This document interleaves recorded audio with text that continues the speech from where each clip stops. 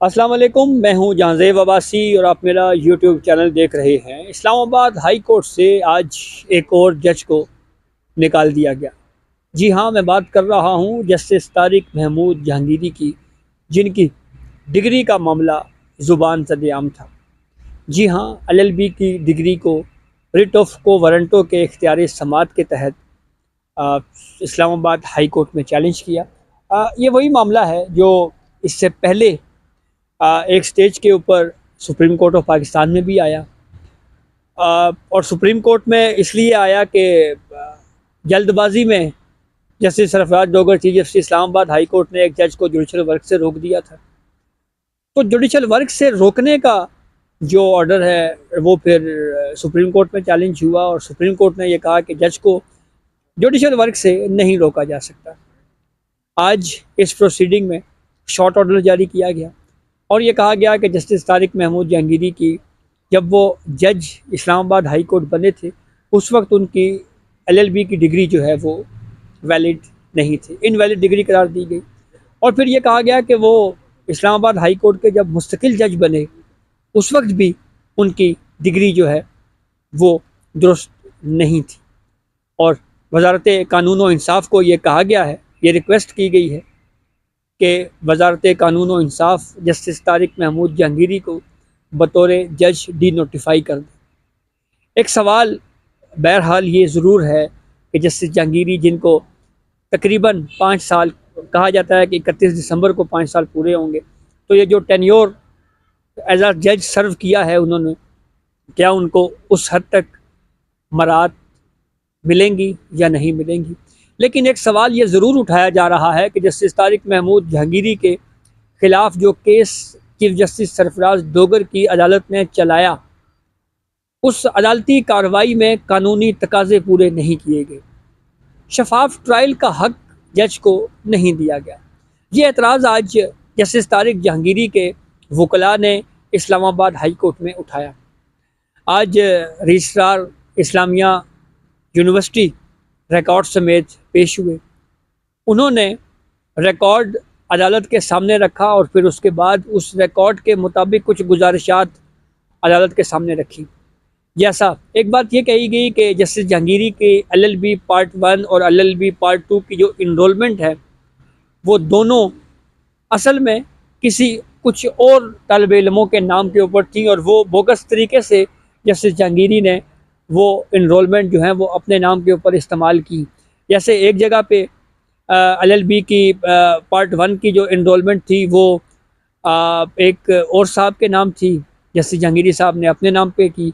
LLB part 2 की जो enrolment है वो असल में इम्तियाज़ अहमद नामी एक शख्स की थी, जस्टिस जहांगीरी साहब ने यूज़ की। फिर ये भी कहा गया कि एक पर्चे में जस्टिस जहांगीरी नकल करते हुए पकड़े और फिर उनको अनफेयर मीन्स कमेटी की प्रोसीडिंग का सामना करना पड़ा। उनके ऊपर पाबंदी लग गई कि वो 3 साल तक अपीयर नहीं हो सकते।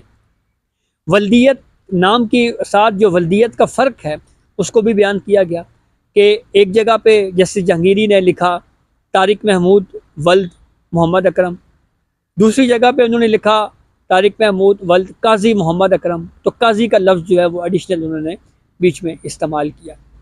जब वो ये सारी बात कर चुके तो उसके बाद बारी आई जस्टिस जहांगीरी के वकला की।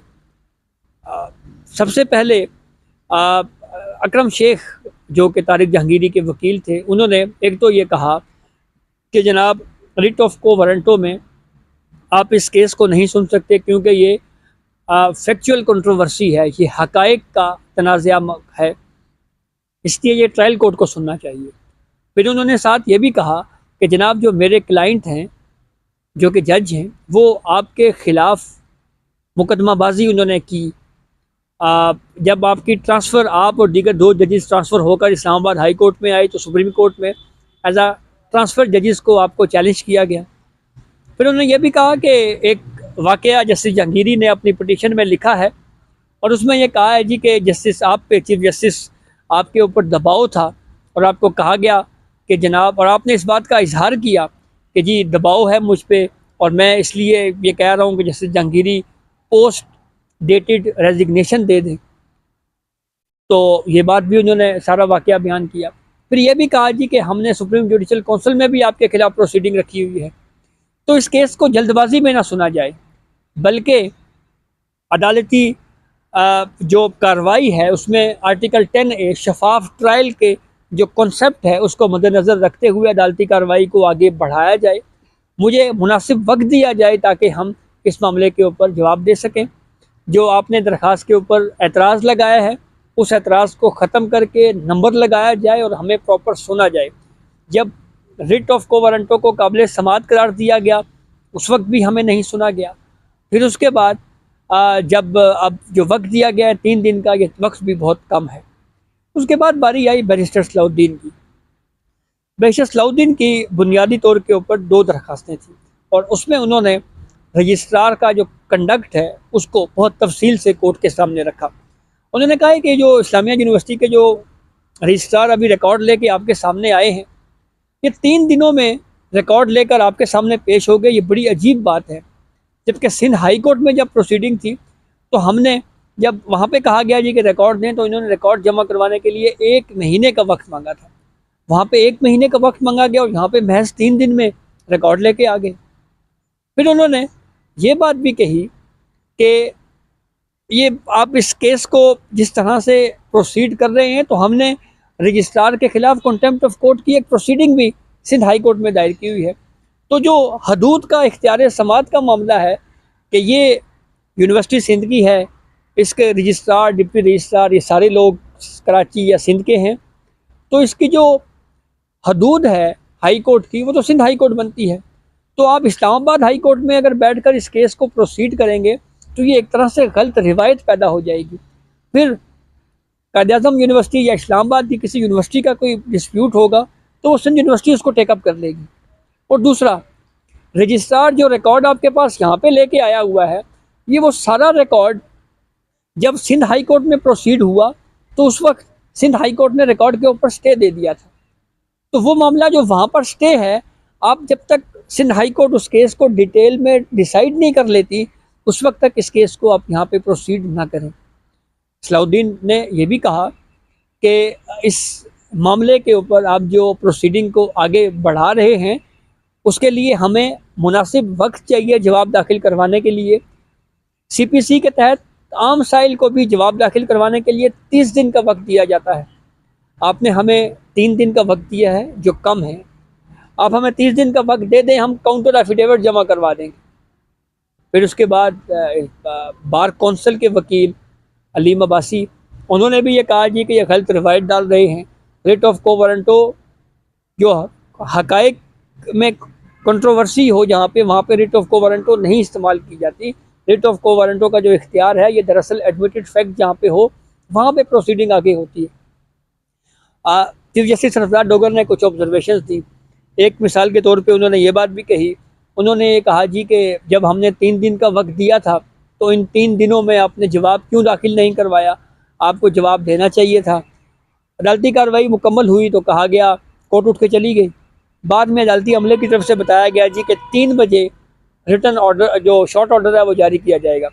3 बजे फिर शॉर्ट ऑर्डर ओपन कोर्ट में अदालती अमले ने पढ़ के सुनाया।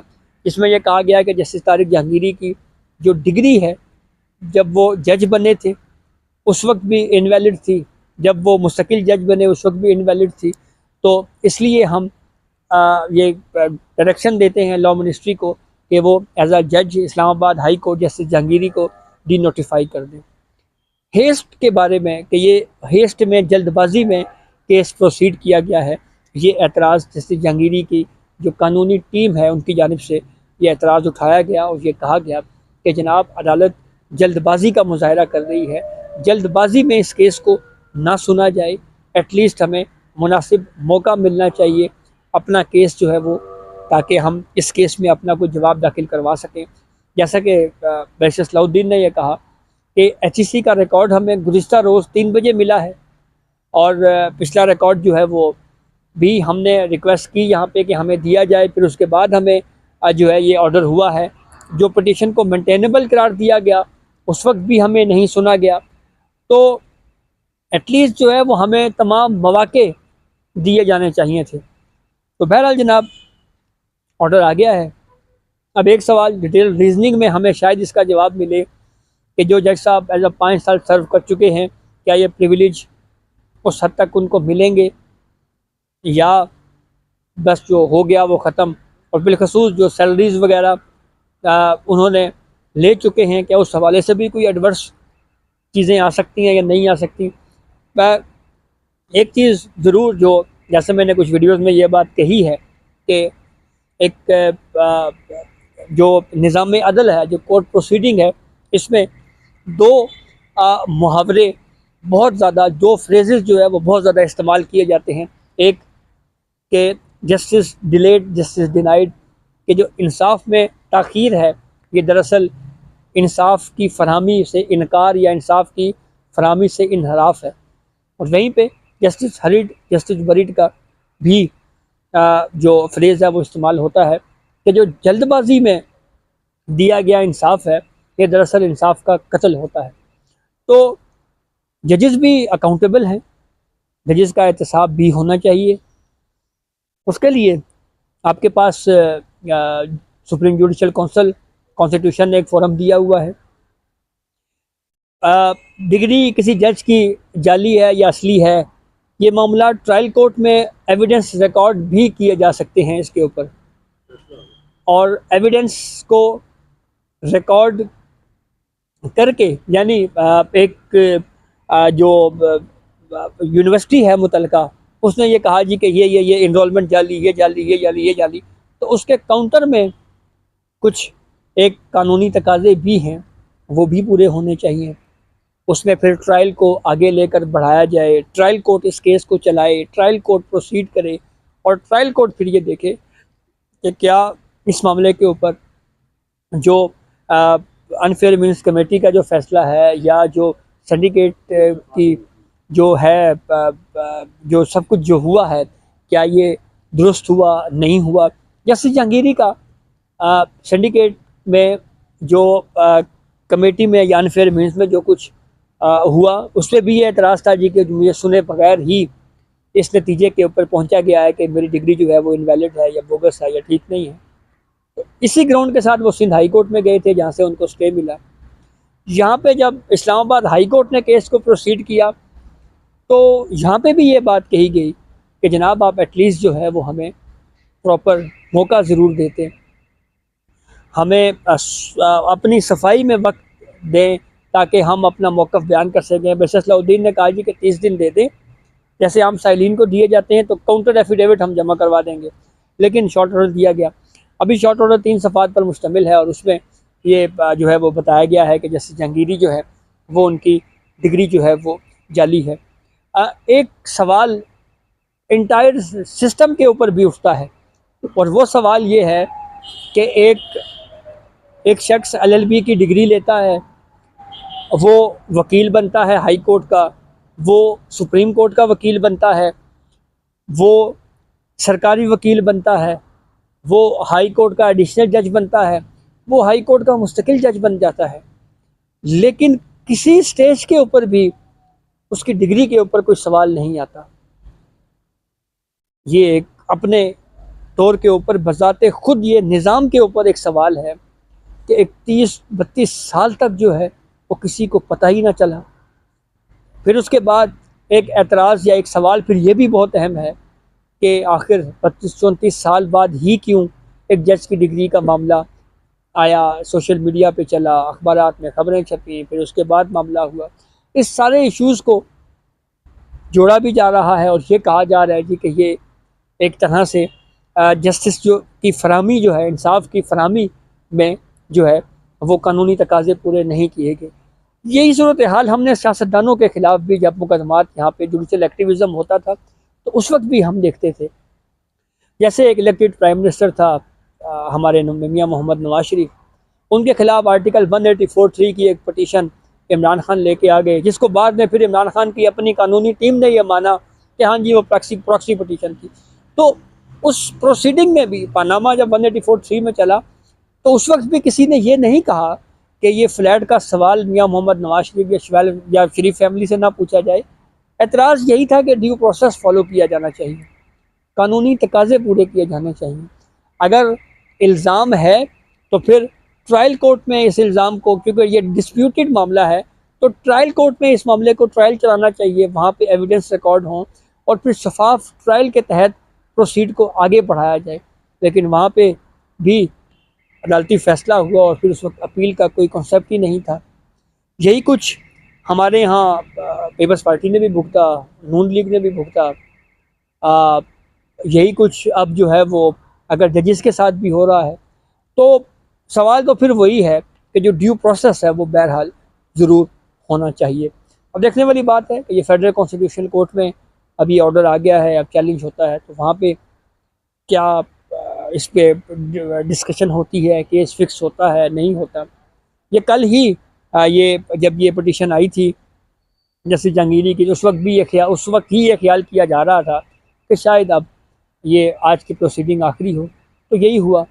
और वो पटिशनें जिनके ऊपर एतराज़ात बरकरार रहे और जनाब फ़ैसला भी हो गया, तो अब जो है वो ये कहा गया जी कि 30 दिन का वक्त दिया जाए, जो नहीं दिया गया और फिर मामला डिसाइड कर दिया गया। पहले जो यूनिवर्सिटी लेवल के ऊपर प्रोसीड हुआ उसमें भी जज को नहीं सुना गया। इस्लामाबाद हाई कोर्ट ने रिट ऑफ कोवरेंटो को मेंटेनेबल या काबिल समात करार दिया, उस वक्त भी जज को नहीं सुना गया। फिर उसके बाद जो यूनिवर्सिटी ने रिकॉर्ड पेश किया और उसके लिए कहा जी कि मुझे वक्त फराहम करें, उसके लिए भी वक्त उनको नहीं फराहम किया गया। तो एक एतराज़ वकला का कि जी एक नई रिवायत डाल दी गई है, एक नया प्रेसिडेंट सेट कर दिया गया है। कल फिर और जजों के ख़िलाफ़ भी रिट ऑफ कोवरेंटो के तहत इस तरह की पटिशनें आएंगी। कल फिर इस्लामाबाद का कोई मामला सिंध हाई कोर्ट टेकअप करेगी, पेशावर का कोई मामला लाहौर हाई कोर्ट टेकअप करेगी। ये रिवायत ना डाली जाए, ये एतराज़ सारे जो है वो कोर्ट के सामने बयान किए जाते रहे हैं। तो ये अब तक की अपडेट थी जिससे हमने आपको आगाह किया। अपने फीडबैक से हमें ज़रूर आगाह कीजिएगा। इजाज़त दीजिए, अल्लाह हाफ़िज़।